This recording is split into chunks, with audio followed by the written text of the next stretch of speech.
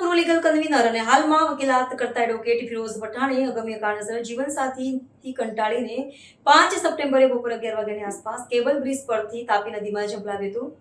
Junior વકીલ સાથે વાત કરીને આ વકીલે તાપી નદીમાં ઝંપલાવ્યું.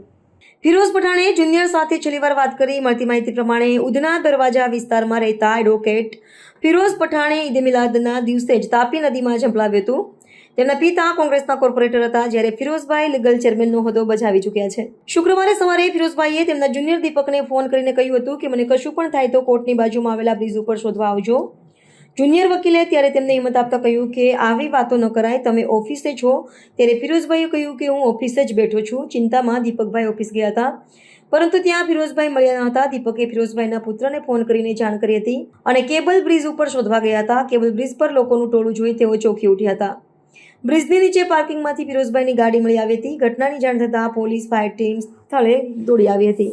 ફિરોઝભાઈએ તાપી નદીમાં કૂદી ગયા હોવાનું બહાર આવતા પોલીસ અને તેમના પરિવારને જાણ કરી હતી. આ બાબતે ફાયર વિભાગને જાણ કરવામાં આવતા એની ટીમે તાપીના ધસમસતા પ્રવાહમાં તેમની શોધવાની જહેમત શરૂ કરી હતી. ફિરોઝભાઈની નજીકમાં રહેતા મિત્રોના કહેવા પ્રમાણે ફિરોઝભાઈ ઘરમાં તેમજ અન્ય કારણોને લીધે ત્રસ્ત હતા અને લાંબા સમયથી ડિપ્રેશનમાં રહેતા હતા.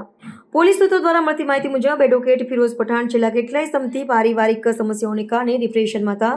ગયા વર્ષે પણ તેમણે ઉંદર મારવાની દવા પીને આત્મહત્યાનો પ્રયાસ કર્યો હતો. એ બાદ તેમને લાંબા સમય સુધી હોસ્પિટલમાં સારવાર લેવી પડી હતી. ફિરોઝ પઠાણ અગાઉ પોલીસના લીગલ સેલમાં પણ સક્રિય હતા. તેમના પગલાંથી શહેરના કાનૂની વર્તુળોમાં શોકની લાગણી ફેલાઈ છે. આ ઘટના બાદ પોલીસે પુલ પરથી મળેલા સીસીટીવી ફૂટેજની તપાસ હાથ ધરી છે.